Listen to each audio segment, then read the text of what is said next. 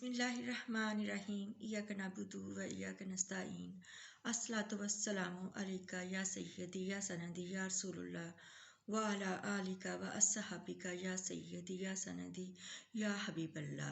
अस्सलामु अलैकुम पाकिस्तान। आप सबके लिए बहुत सारी दुआएं, नेक ख्वाहिशात, नेक तमन्नाएं अपने पाकिस्तान के लिए, अपने मुल्क के लिए, और इसके साथ साथ जो इंशाअल्लाहुल अज़ीज़ 8 फरवरी को अल्लाह के हुक्म से और पाक नबी सल्लल्लाहु अलैहि वसल्लम की पाँव मुबारक के सदक़े से हम अपनी हकीकी आज़ादी लेने जा रहे हैं। तो हमने ये सोचना है कि जब हमारा मुल्क बना, इंडिया और पाकिस्तान जो है एक दम जो है दोनों आज़ाद हुए अंग्रेज़ों की ग़ुलामी से, तब से लेके आज तक हमारे मुल्क में क्या हुआ। हमारे प्यारे कायदे आज़म की एम्बुलेंस लेट कर दी गई, आप सब जानते हैं। और अब हमें कितने दुख की बात है कि मादरे मिल्लत मोहतरमा फ़ातिमा जना रहमतुल्लाहि ताला अलैह, उनको भी मार दिया गया, उन पर घिनौने इल्ज़ामात लगाए गए।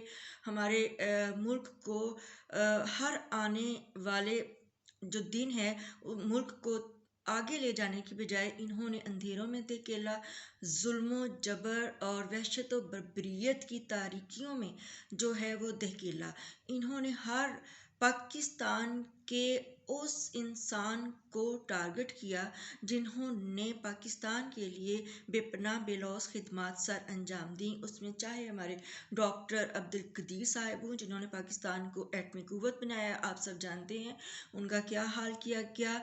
और फिर उसके बाद इन्होंने हमारे शहरियों को जो है वो हर किस्म के बुनियादी हुकूक से महरूम रखा। हमारे सूबा बलूचिस्तान में इन्होंने हमारे नौजवानों की जो है नस्ल कुशी की और उनको मतलब परवान चढ़ने से पहले ही जो है घरों को वीरान कर दिया गया, उनको मार दिया गया। और जो इनके जुल्म सितम हैं आप सब जानते हैं। जब सैलाब आते हैं, हमारे प्यारे बहन भाई गरीब मस्कीन जो सैलाब में गिर जाते हैं, ये मुल्कों भीख मांगने जाते हैं, भीख मांगे, बट जो भीख इनको मिलती है वो उन पर नहीं लगाते बल्कि ये फिर अपने सांसों में इजाफा करते हैं।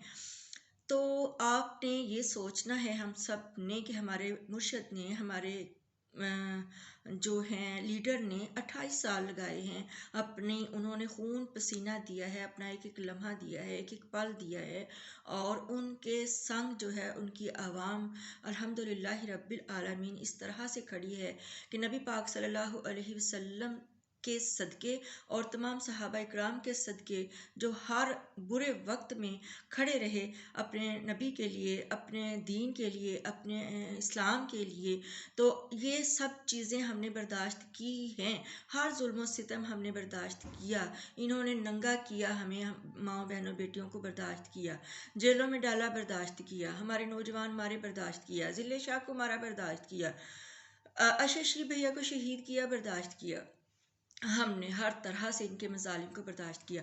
अब बात आ गई है हमारे मजहब पर, अब बात आ गई है हमारे इस्लाम पर, जो इन्होंने कुरान और सुन्नत के खिलाफ फैसला दिलवाया है जजेस से, क्योंकि जजेस की कोई औकात नहीं है।